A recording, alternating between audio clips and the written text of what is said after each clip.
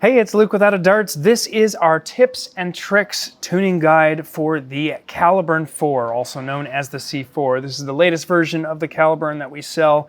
We offer kits, 3D parts, and fully assembled blaster.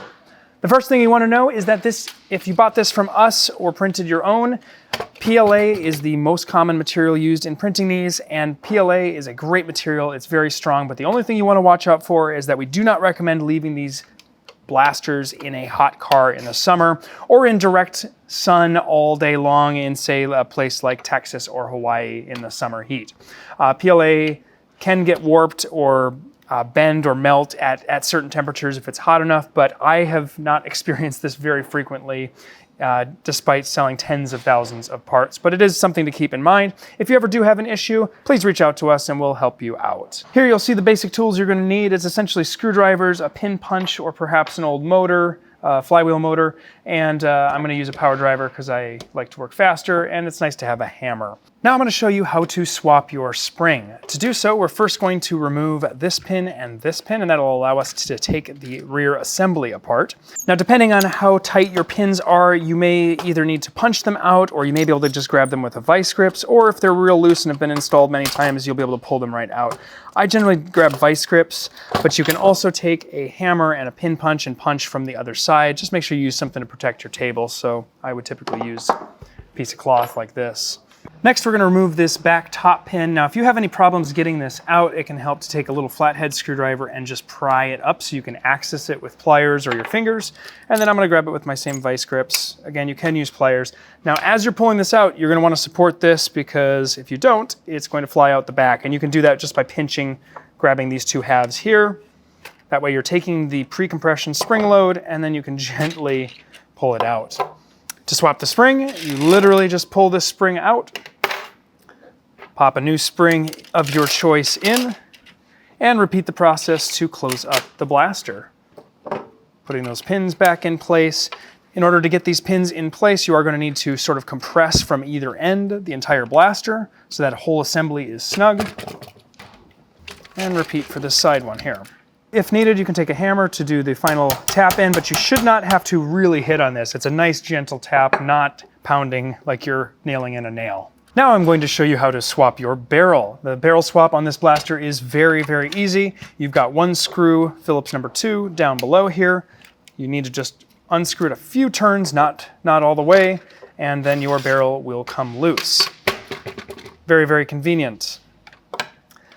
After that, you can install whatever new barrel you want. Same method, just slide it all the way back. You want to make sure it's seated all the way back, and then tighten in that same screw while pressing in on that barrel itself.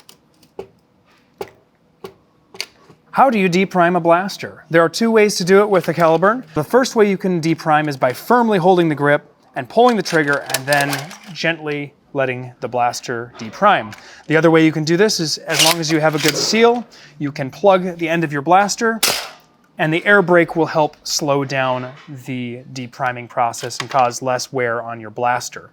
One question we frequently get with long boy blasters like this Caliburn is a pretty long blaster, is how do I travel with it and how do I fit it into my suitcase? Now, given the nature of how this blaster is put together, we really don't recommend splitting the blaster anywhere in the middle unless you really want to do a lot of work because you're virtually taking the entire blaster apart. But what I generally would recommend is my normal suitcases at home can fit this blaster if you just take the barrel off. So to remove the barrel, all you're going to do is just loosen this barrel lock screw there, pull the barrel, wrap your barrel separately. I like to use clothing or bubble wrap, same with the blaster, and then place this diagonally in your suitcase. You'll get a lot of corner protection packing it that way. And honestly, if you are having problems and it doesn't fit in your suitcase beyond that, you might want to consider a different blaster if you're traveling with it a lot, because it's just a lot more work to split this blaster apart in the middle. Now we're going to show you how to clean and lubricate your plunger tube. First, you're going to need to remove the two pins holding the blaster together.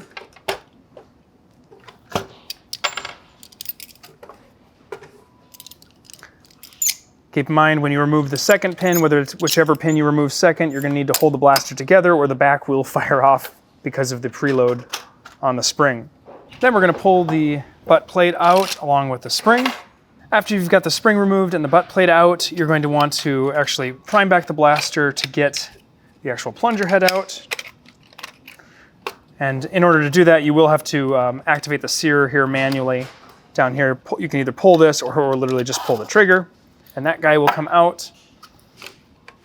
And then we can prime back forward, and now we have access to the plunger tube. Now, if you wanted to, you could take this apart further by removing this, and you could physically take the tubes out, but for a simple clean and lube, I'm going to generally choose to work with it as is. And we'll see if I can get away with this, but I would recommend, if you've got it, it's the easiest is taking a barrel, and you can use the barrel to work this around. And the goal here is just to clean and get any gunk out of here.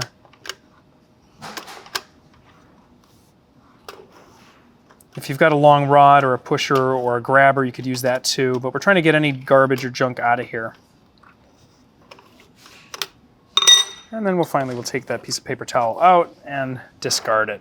Next, you want to take your plunger head, and we're just going to remove all the dust and grime. I see a little bit of 3D printed filament there, so I'll make sure I get that out of there.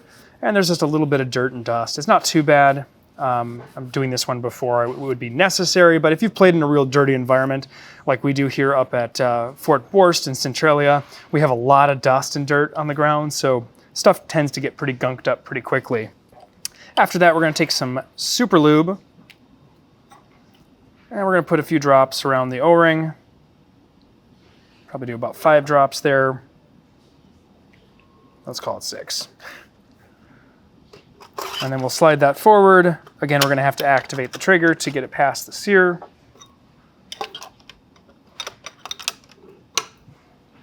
And then at that point, we're ready to reinstall our spring, reinstall the butt plate, and put the blaster back together.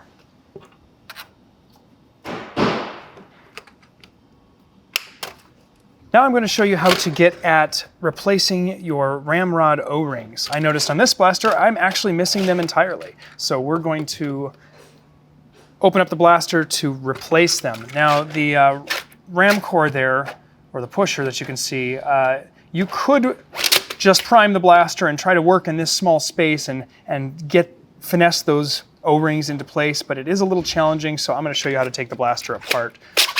So first we're going to remove the back of the blaster, and you've got 2 pins, one on the top here, and one on the side. Again, when you remove the second of the 2 pins, you're going to want to hold the blaster together so it doesn't come shooting off the back on you.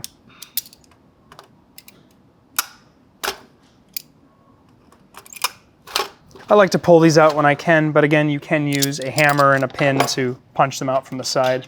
Then we're going to remove those. After we've done that, we're going to come up to the front of the blaster, and we're going to remove these 2 side screws. Keep in mind as you remove these, there are hex nuts that are just loosely fit inside, and those will want to pop out on you. If any of those fall out, just set them aside carefully. And now at this point, we can push the entire assembly through the back.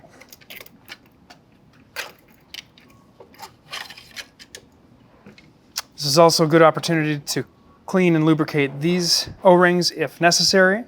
Next, we're going to take our 2 smaller O-rings here, and we're going to pull them onto the ram core itself. Always awkward balancing this in the air on camera so you can see it versus on my bench. And there we go. Next, I'm going to place a small amount of super lube on these O-rings. You can use the slug slime, but the super lube will last a little bit longer overall because it is thicker. There are pros and cons to both, but our current guideline and what we do on our builds here in-house is to use some super lube. And then we're going to simply reassemble the entire thing. This is the slightly tricky part, depending on how many of those screws you've lost. I'm going to go ahead and let all 4 of them fall out, but we're going to run this down through the center. Kind of have to work those bars back into their homes. This is a lot easier to do if you point the blaster down rather than horizontal like I am. And once you've got those lined up, you'll be able to push this all the way through. You'll need to pull the trigger to get it past the sear, and you can follow it up with the plunger head and your spring. Now you can return these nuts into their slots. and replace these screws, repeating for the other side.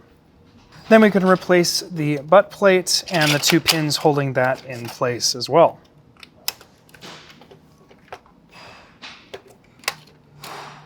And that's all we've got for now. Now, these videos are on our second channel, so if you've got another idea of something we missed, or a tip, or a trick, or tuning thing that we should have included in this video, let us know, and we will eventually add it to the video and re-upload on the second channel. Thank you so much for watching. Until next time, I'm out of darts.